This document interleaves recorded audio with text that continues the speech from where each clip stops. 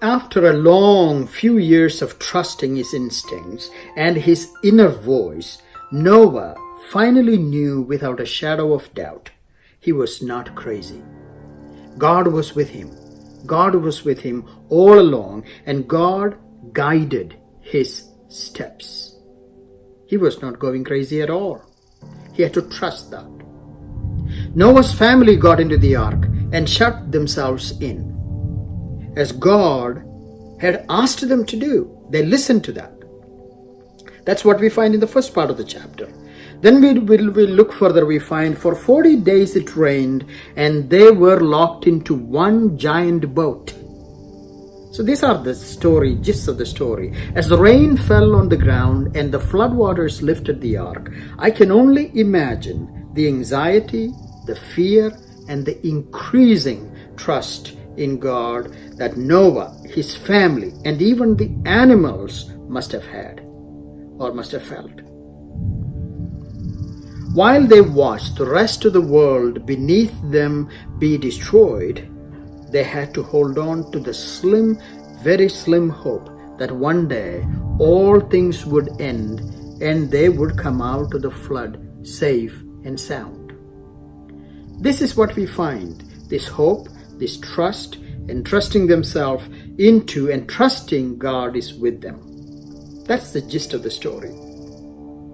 Now, when I think of this whole story, what comes to my mind is my own doubt and my own anxiety over things that I once felt very, very, very strongly about and convinced of flickering away.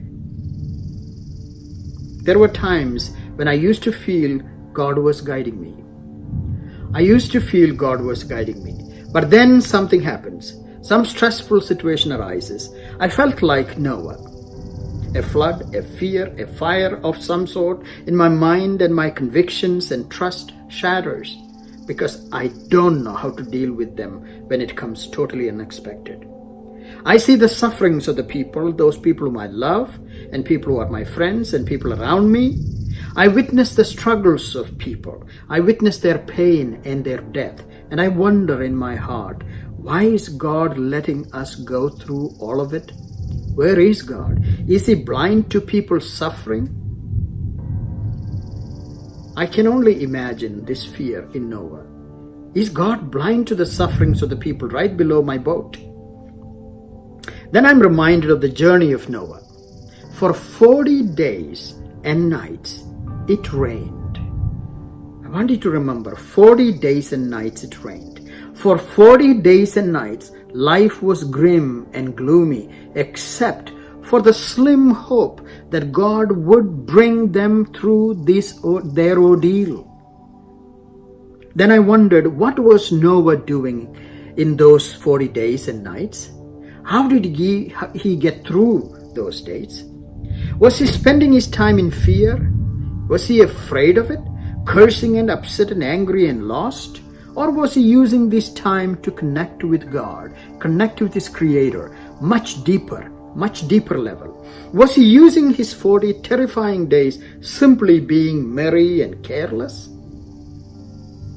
And when I look at the journey that he has taken, these 40 days of pouring rain and struggle and fear, I believe that must have been something else that he was doing. As I prayed more, I realized Noah would not waste the time. He must have been in prayer just like Jesus was in the wilderness for 40 days. It was a foreshadowing of the 40 years of scary travel the people of Israel had to go through to get to the land of promise. 40 years of travel. It also reminded me of the time Moses spent in prayer on the top of the mountain.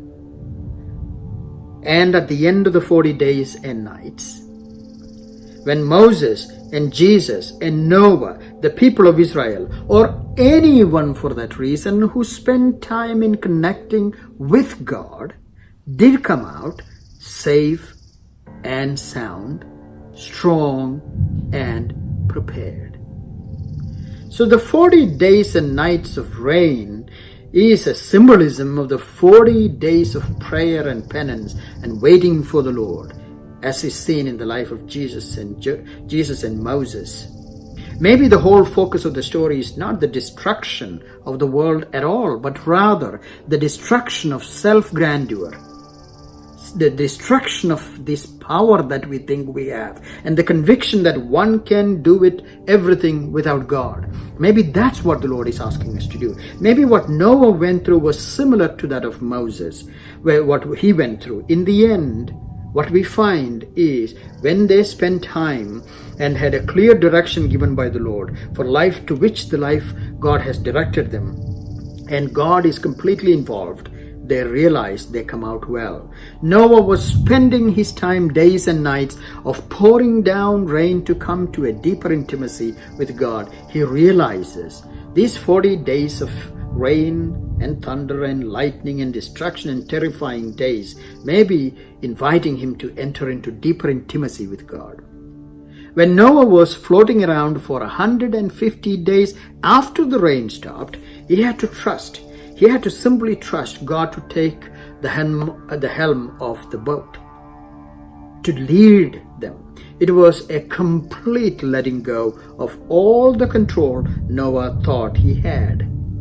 When God welcomes us into the ark, just like he did Noah, we won't be alone. That's the lesson. If God invites us to enter into the ark, we won't be alone. Noah couldn't have gotten all the animals into the ark by himself, but they all entered into the space on their own as God planned. We don't have to plan much at all. God will. We have to live with the comfort and knowledge that God has sent all creatures to cohabitate with us also. We may not have control, but God is going to take control and send all kinds of people and animals among us that we are given charge to shelter and protect. So the story of the cohabitation of all living things in the world, the collective responsibility we are all given, the trust, the letting go, the helplessness, and every other human situation is so well represented in this chapter of Genesis. It is incredible. It invites us to understand deeper and not to be scared of situations. There is also one absolute shining moment. That shining moment, spending 40 days with God, will always bring new life and new focus into our lives. When there is heavy pouring rain of anxiety and depressing darkness overshadowing us, never forget to let God take the helm of your life. That's it. He knows how to steer it to the right shore, to the dry land, where the raven and the dove will find an olive branch of life. Because God is driving the boat. He is taking us to the shore. So in our anxieties and fears, the Lord says it may be scary, all the rain and thunder and lightning and all that comes down upon us and in our lives and those of our families. Remember, God has to take the lead. When life seems out of control, let God take control of your life. When everything seems to be pouring down on you, do not waste time worrying about it. Take a 40 days of prayer exercise, and in 150 days of agony, guaranteed you will come out better. Noah and his family did that, and so did the people of Israel. Moses and Jesus, they all came out of 40 days. And so we can give it a chance. So when we read this chapter of 7, remember 40 days are much more symbolic, goes farther than just a pouring rain. Maybe 40 days, invitation to spend 40 days with God, to enter into that intimacy with God, is the whole invitation. Why won't we get into